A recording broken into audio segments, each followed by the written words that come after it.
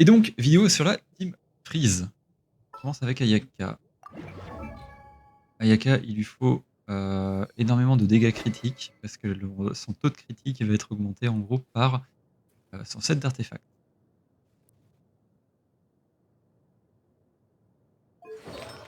Au niveau de son set d'artefacts, c'est le truc Cryo, qui donne des dégâts Cryo et taux de crit de 20% contre un ennemi affecté par l'élément Cryo. En gros, tu lâches l'ult, il a l'élément Cryo, et il prend.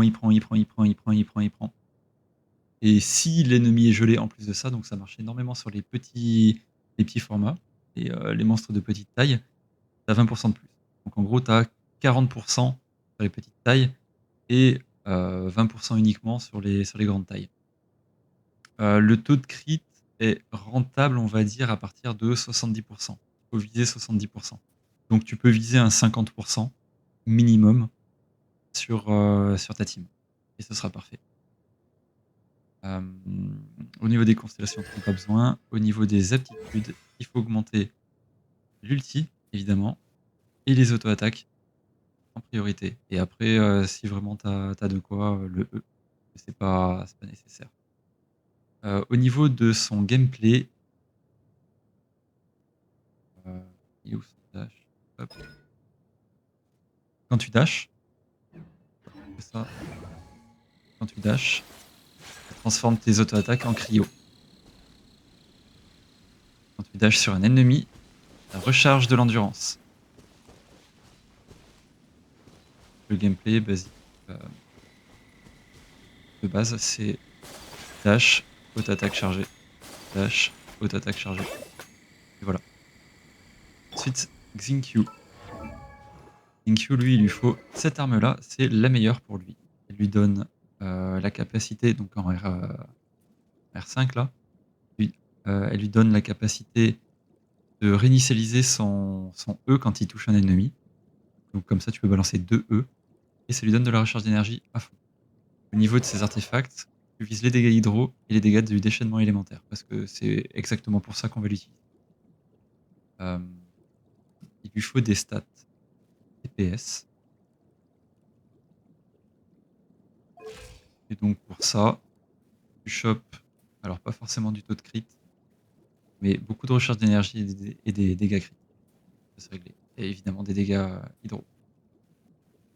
Au niveau de ces artefacts, on a vu. Au niveau des constellations, t'as pas besoin des constellations, mais plutôt de la Et puis bah voilà, c'est tout. Au niveau du gameplay, c'est tu claques son ult, tu claques 2 fois son E, enfin une fois son E, et si ça se réinitialise, tu claques encore.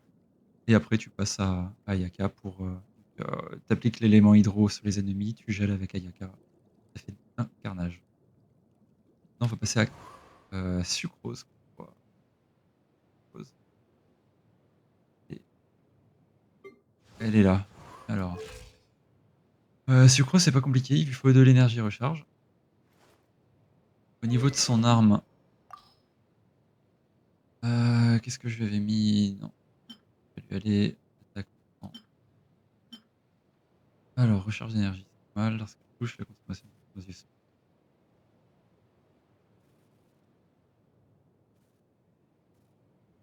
Ou de l'aptitude.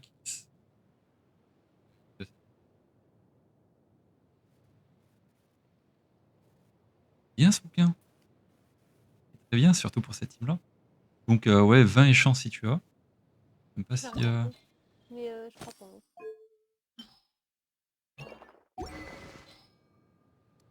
Tu l'as pas, c'est pas grave. Il faut un truc avec de la recharge d'énergie. Ou de la maîtrise élémentaire. Le sucrose en général.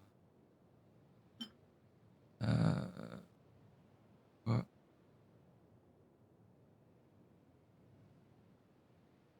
Celui-là, il est pas mal aussi. Ah oui, par rapport à l'autre? Par rapport à l'autre, ouais, parce qu'il permet de réinitialiser le cooldown. C'est plutôt bon. Dégâts crit ensemble. Recharge d'énergie. Alors, les crits.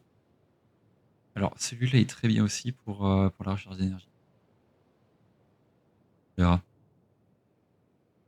Je vais te faire. Ok. Ok, ok. Alors, donc, en premier choix. Tu sais quoi, pour toi, en fait, on va en faire que deux. On va faire soit le code de Favonius, Ouais. qui permet en gros de générer de la. Si tu manques de recharge d'énergie, c'est code de Favonius. Et si tu joues pour faire des dégâts, ce sera celui-là. Mémoire de rituel. Et en dehors de ça, lui, je sais pas s'il marcherait avec Ayaka, faudra que je teste. Touche un ennemi. 16% pendant 5 secondes. De plus, après l'utilisation du sprint, l'attaque augmente de 25%. Faudrait que je le teste, celui-là. Faudrait que je teste, voir si ça marche sur Ayaka. Genre, tu lâches. Tu fais une auto-attaque, tu passes sur Ayaka, tu dashes sur un ennemi. Tu dashes tout court. Faudrait que j'essaie. Enfin bon. Donc voilà, tu montes évidemment les armes au maximum, hein, parce que c'est très important.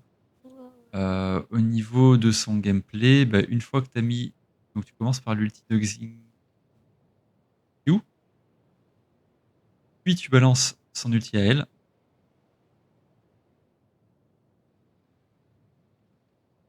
Ensuite, tu balances l'ulti de Diona. Puis l'ulti d'Ayaka et tu finis le burst avec Ayaka. On va passer à Diona maintenant. Diona, c'est pas compliqué, c'est l'arc rituel qui permet de réinitialiser son cooldown de E. Comme ça, tu peux mettre 2 boucliers. Et c'est de la recharge d'énergie. C'est parfait. Elle, pour que son ulti soit rentable, il faut la monter PV. En dehors de son bouclier, en gros. Ouais, c'est son bouclier, pardon. Son ulti doit être aussi basé là-dessus, mais je sais pas. Hop, ouais, c'est ça. Il est basé sur les HP. Donc elle, tu la montes HP. Clairement. Donc au niveau de ses artefacts, 1000 élites. Et alors attends, lorsqu'une compétence élémentaire, euh, l'attaque augmente, la force du bouclier augmente. Ouais, donc ouais, je l'ai mis full 1000 élites parce que bah, c'est. Et full PV évidemment. Elle est montée comme Zhongli support celle-là. Ouh. Au niveau des. Donc voilà. Non, mais c'est tout. En fait, hein. J'ai fait les armes, les artefacts. On va un peu les couilles, mais c'est pareil. Et les aptitudes, si à augmenter en premier, ça va être son E, parce que c'est ça dont tu vas te servir. Et en parallèle, l'ulti. L'ulti qui va te heal et qui va booster le M. Donc voilà.